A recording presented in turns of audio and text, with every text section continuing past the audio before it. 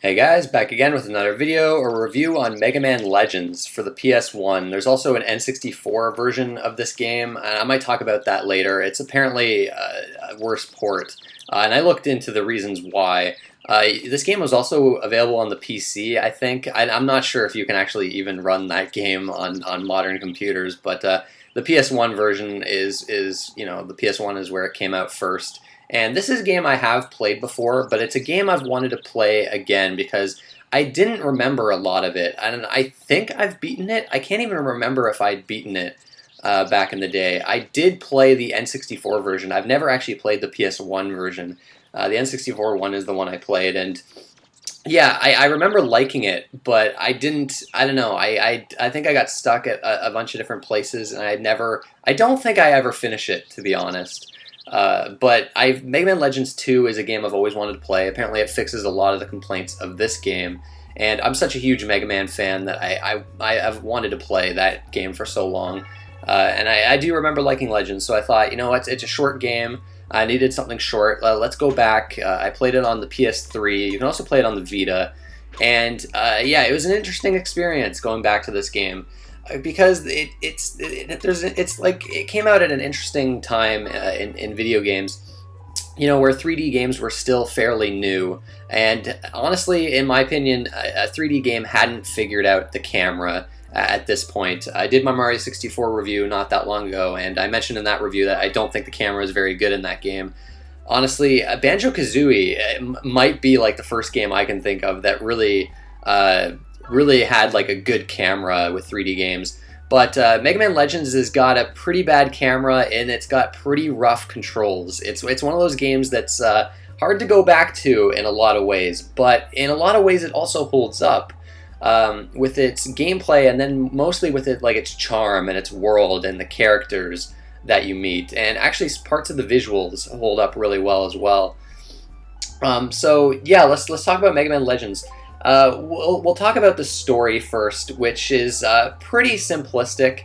And I guess actually before that, it's Mega Man Legends is weird because it is the first 3D Mega Man game. It came out back in I think in Japan in 1997, so it wasn't that long after Super Mario 64. But the Mega Man in this game is not the Mega Man from the classic series. It's like a different incarnation of him. And his name's Mega Man Volnut, a really odd name, but he's with Roll in this game. Roll is in this game and is kind of like she's like kind of like an engineer almost. And then you're also with like this professor character. But the story, basically, Mega Man Volnut is what they call a digger. And in this world that they've got, these diggers kind of go to these underground ruins and basically find treasure. And their ship kind of crash lands on this island called Catalog's Island. And basically pirates have kind of invaded this island. And one of the pirates is Tron Bonne, kind of a well-known character in the Mega Man Legends universe. And basically the story has you trying to stop the pirates from getting like this really big treasure, like hidden deep within like the underground ruins of this island. There's more to it than that. It gets really weird at the end. A little too weird for my tastes. Like, I think the story works the best when it's actually being quite simple and when you're dealing with the pirate characters, which, you know, I really like the pirate characters in this game. A lot of villains in games are like, you know, super evil, and you know, you gotta put a stop to them at all costs. But the villains in this game are like kind of bumbling idiots, and they're not really out to like kill anyone or anything like that. And in fact, Tron Bonne herself kind of, there's like this, she's obviously got like feelings for like Mega Man, which I thought was kind of interesting. And yeah, she's kind of a bumbling idiot in a lot of ways. It's kind of interesting. The villains are actually pretty endearing in this game. I kind of like them quite a bit, even though they're not entirely threatening. But yeah, some of the later characters you'll find in the game are actually fairly threatening, but I don't really want to spoil those. During this, like, your visit to the island, you'll meet all these characters. There'll be all like these different places you can go to, and it's very vibrant and full of life. This island, like, it feels like it's lived in, and yeah, I kind of like the characters in this game, and some of the dialogue is pretty funny that you'll come across, but some of it is kind of hokey as well. The voice acting, which I'll get to later, is almost so bad it's good. Well, you know what? Actually, I don't know if I would call it bad. There's something about it though. It's hard to describe, but the voice acting has like this quality to it that is, I don't know. I quite enjoy it, but I could maybe see some people think that it's like bad or something. It's odd. You really have to hear the voice acting for yourself. It's actually kind of impressive, like the quality of it and how much of it there was for the time, because voice acting was still pretty rare at the time this game came out. But yeah, the story, it's nothing special, but there's a lot of charm in the story itself, with like the pirates and Mega Man and Roll's relationship as well. And it's always lighthearted. Like the game never takes itself too seriously, which I think is kind of different from like Mega Man X. Like Mega Man X was kind of like edgy in a way. Kind of had like that hard rock metal thing going on, a pretty serious plot, and then this is like the complete opposite, where it's super lighthearted, super charming, doesn't take itself too seriously, and the music is very upbeat and light as well. But we'll get to that. So one of my favorite things about this game is how charming it is. It's really fun to just walk around the town in this game and the island and just talking to people. There's various side quests you can do. There's even some mini games you can do. Now the side quests, and we'll get into the gameplay now. The side quests, most of them are honestly kind of annoying. A lot of them are like fetch quests where you have to basically get different materials from inside the underground dungeons and bring them to people. Others have you doing mini games. There's a racing mini game that you have to do. You have to like get a rank A in like the advanced course of this racing mini game to get materials for the shining laser weapon, which is like the best special weapon in the game. And apparently it kills the final boss in like 1 or 2 hits. And I was wanting to go for this, and it's too tedious, it's too annoying, because you have to do this racing minigame, and later you can get like skates that you can equip, but you're basically racing through these goalposts, and the controls are so like stiff and awkward, and turning takes forever, and it requires like a level of precision that I just don't feel the game offers you. So that was really frustrating, and I gave up on that really quick. There's a bunch of other like minor mini games that are kind of annoying. I did a few of the side quests, but eventually I just started to give up because they were starting to get annoying. It is cool that there is side quests, and the rewards are actually pretty good, but unfortunately I wasn't a fan of too many of them. Now, the game, there's like an overworld on this island, and you get like a map that you can look at, and the entire game takes place on this island, and I love the way that this island is set up. You've kind of got your central city. There's a shop where you can buy like equipment and items and things like that.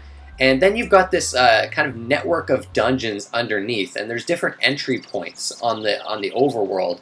And the bottom dungeons kind of connect, like they interconnect with each other. So like the island in general has this interconnected nature that I thought was really cool, and it's one of my favorite parts of the game. It's again, and it really reinforces the fact that this is like this lived-in place. It feels like this real island, and I just thought it was neat how there were like these underground dungeons, and that's where like the game's dungeon crawler elements come in. Now, I guess we'll start with talking about the positives with the gameplay. I actually kind of liked the dungeon crawling in a way. I liked exploring the dungeons and getting different parts. I like the RPG elements in this game. It's not just like this action game.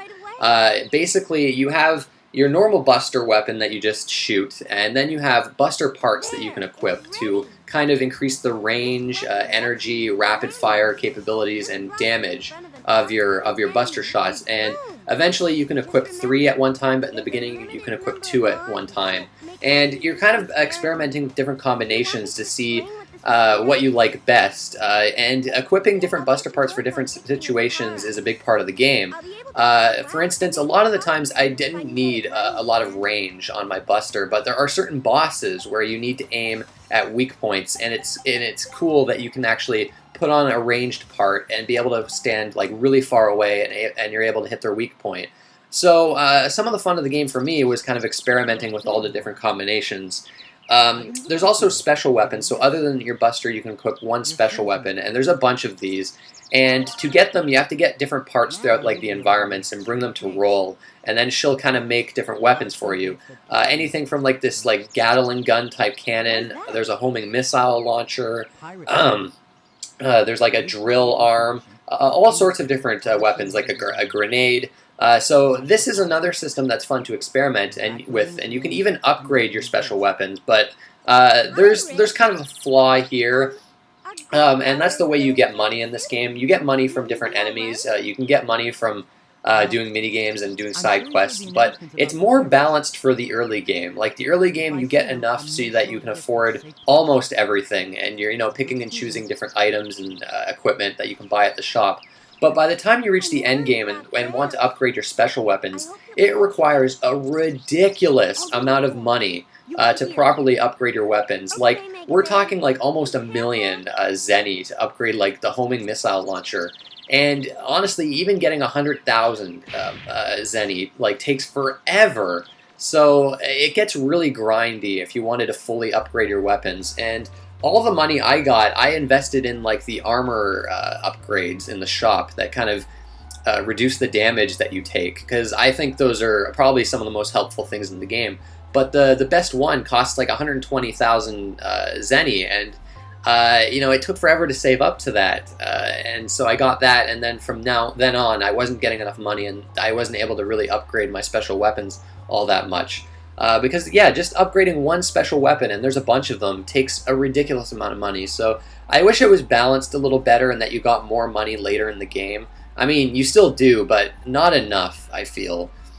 But at the same time, I'm glad that there's these upgrade systems in this game, like these light RPG elements.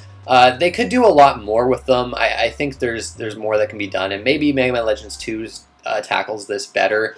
But I did appreciate that those elements were in there. I'm trying to think what else. Like there's a bunch of different like items and things that you can get. Now I guess that probably does it for the positives. There are some interesting boss fights. Some of them are really annoying, but there are some cool boss fights.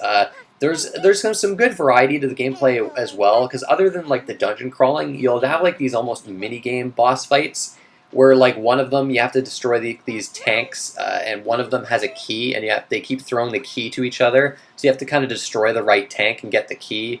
There's like these defense sequences where you have to defend like a boat or an airship. And some of these sequences are pretty interesting, and they add a lot of variety to the game, but there's some trial and error involved in some of these. A lot of these sequences, you're not going to know exactly what to do right off the bat, and sometimes you might find yourself in the second phase of a two-phase boss fight with very little health left, and then you'll die because you're not sure what you're supposed to be doing. There's a lot of these instances where I would die the first time because I wasn't sure what the patterns were or how I was supposed to go about killing this boss. And then the next time I did it, I understood how, and then it was pretty easy.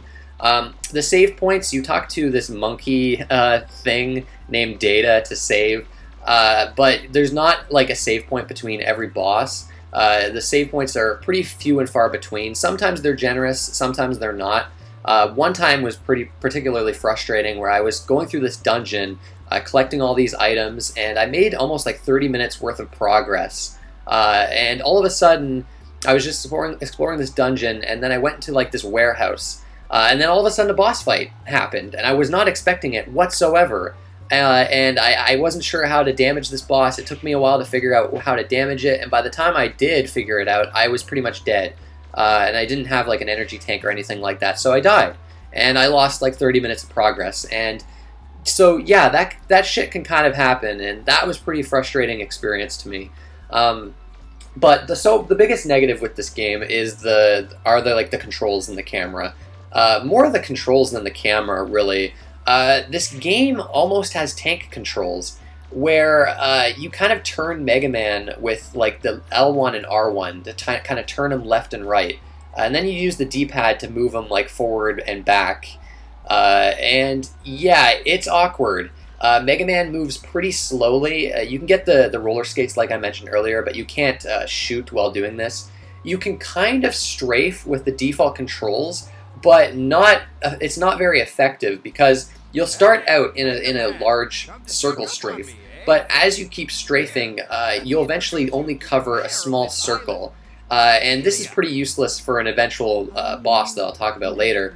But strafing is not really necessary for a lot of the bosses in this game. A lot of the bosses and enemies in this game are very slow. Their attacks are very slow and deliberate, and they're basically designed around the kind of, frankly, quite rough control scheme and Mega Man's slow movement.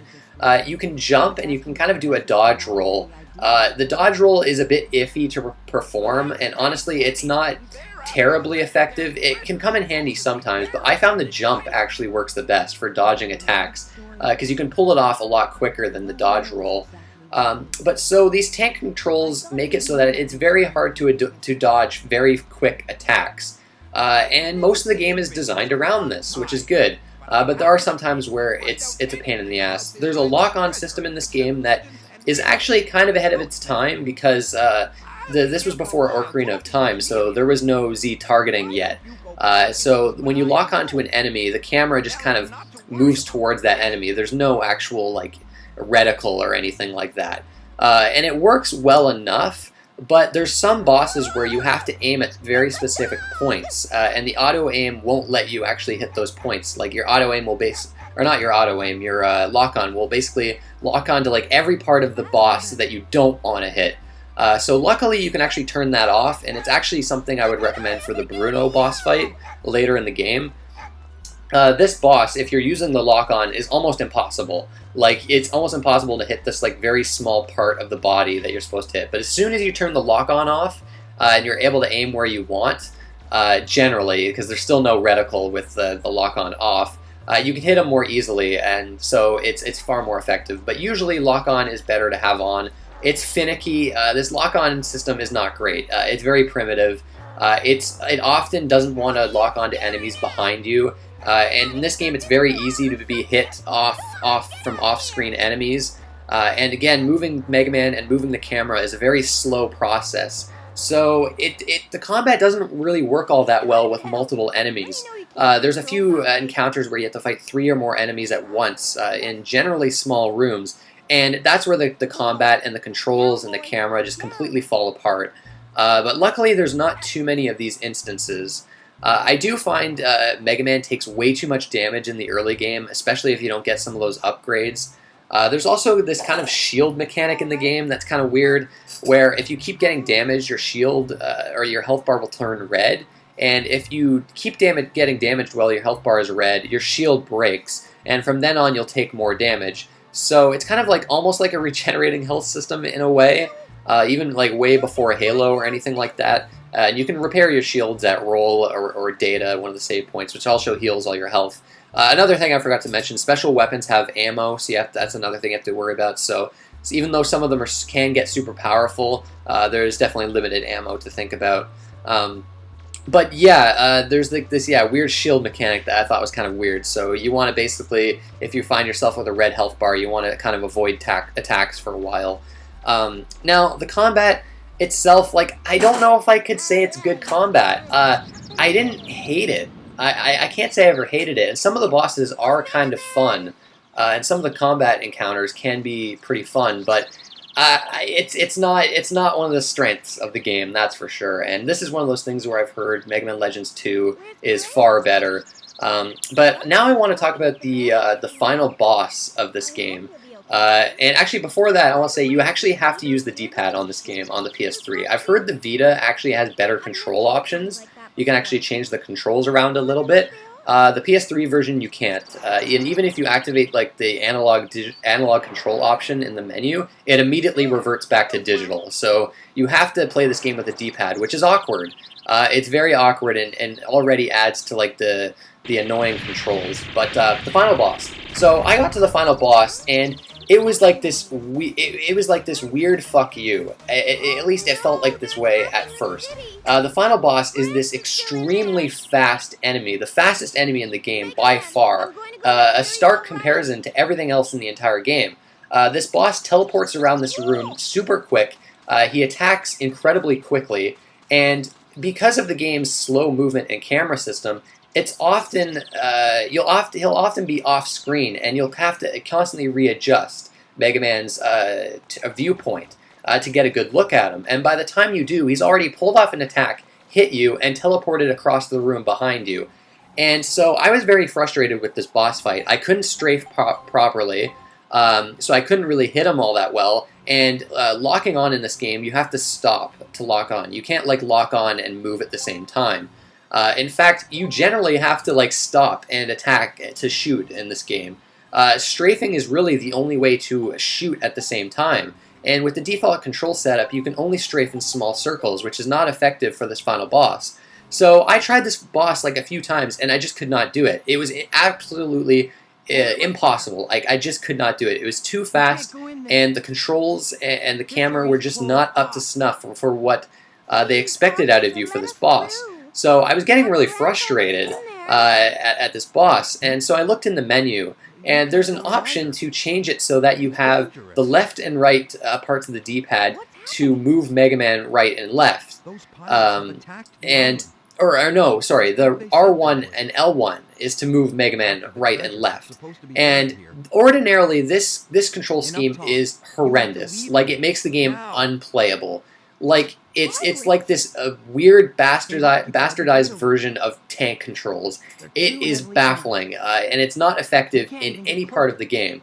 But the one benefit of this control scheme is the fact that you can endlessly strafe into massive circles, like in a wide radius. So, it's actually incredibly effective for the final boss, where you can keep strafing around him, around this pretty large environment in big circles, and it will always keep the viewpoint on the boss. And you can shoot at the same time, running around, and if he throws an attack at you, you can jump over it and react to it, because you can actually see what part of the screen he's on. So this was extraordinarily effective, and I was utterly shocked that this terrible control scheme made the final boss not only tolerable, it made it a joke, actually. What seemed like an impossible, frustrating boss became possible and actually even fun in a way. So then from there I was able to finish the game. Really weird, absolutely bizarre. And I have to imagine that this alternate control scheme was designed specifically for the final boss. And the weird thing is, I've heard actually some people that were able to get through this boss with the default control scheme, and I don't know. I don't know how they do it. I honestly have no idea.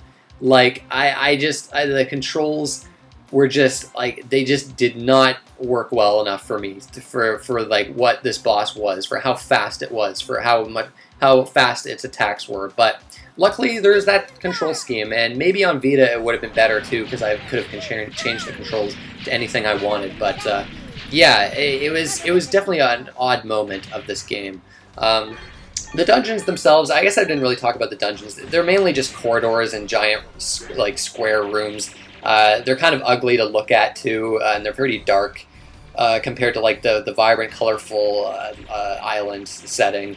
But the visuals of this game, obviously it's very old 3D. Everything's kind of, like, pixelated. Like, there's a lot of, like, everything's, like, kind of pixelated and blocky. The draw distance isn't amazing, and this is where the N64 version is actually significantly worse. One of the big things with that is the draw distance was like way worse, and there was a lot of fog to cover it up, which is something that's been in a lot of N64 versions, N64 games rather. And the controls, apparently the N64 version are even worse, which is crazy to me. And I think they cut out some content as well. So if you do want to play this game, try to play the PS1 version. On Vita, I would probably recommend it on Vita over the PS3, honestly.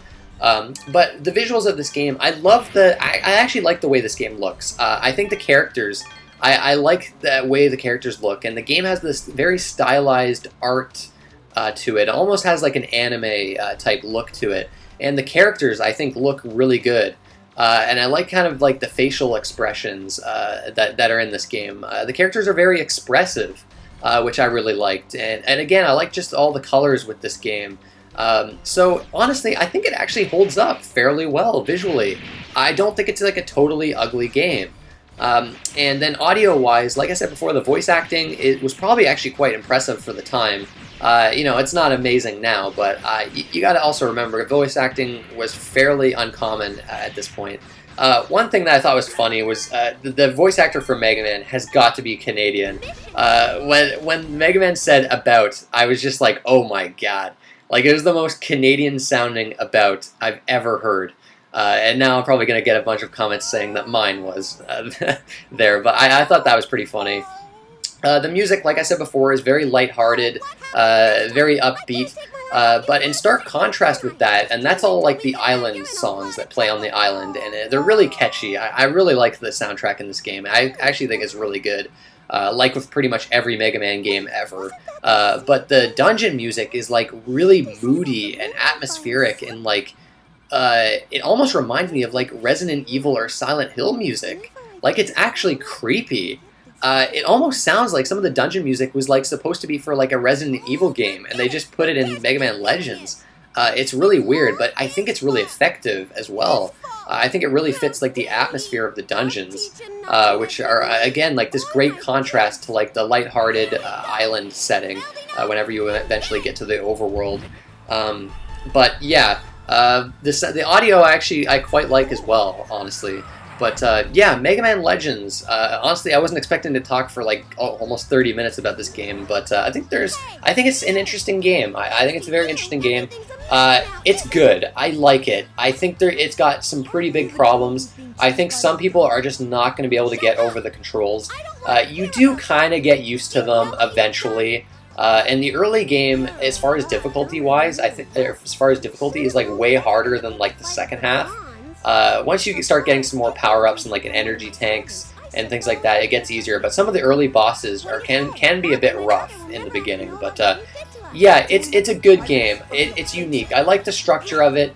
They could do more with the various aspects. And I am curious to see how Mega Man Legends 2 improves upon this. I've heard it doesn't have like the interconnected setting of this game, which is a bit of a bummer. In fact, I might have heard that Tron Bonne isn't in that game as well, which that's also kind of a bummer. But yeah, this game is just full of charm and personality, and I think it's worth revisiting as far as like being like an historical game and like as far as growth with like 3D games, and then as far as like the Mega Man franchise goes, for a lot of games kind of fail with like the 2D to 3D transitions, and for the time, this was a fairly good and unique adaptation. It certainly doesn't hold up in a lot of areas. I don't think it's an incredible game or anything like that. In fact, it's close to being just an okay game. But I don't know. I think the charm and the personality and some of the gameplay carries it a long way. But yeah, that's it, guys. Mega Man Legends. I want to thank you for watching, and I'll see you next time.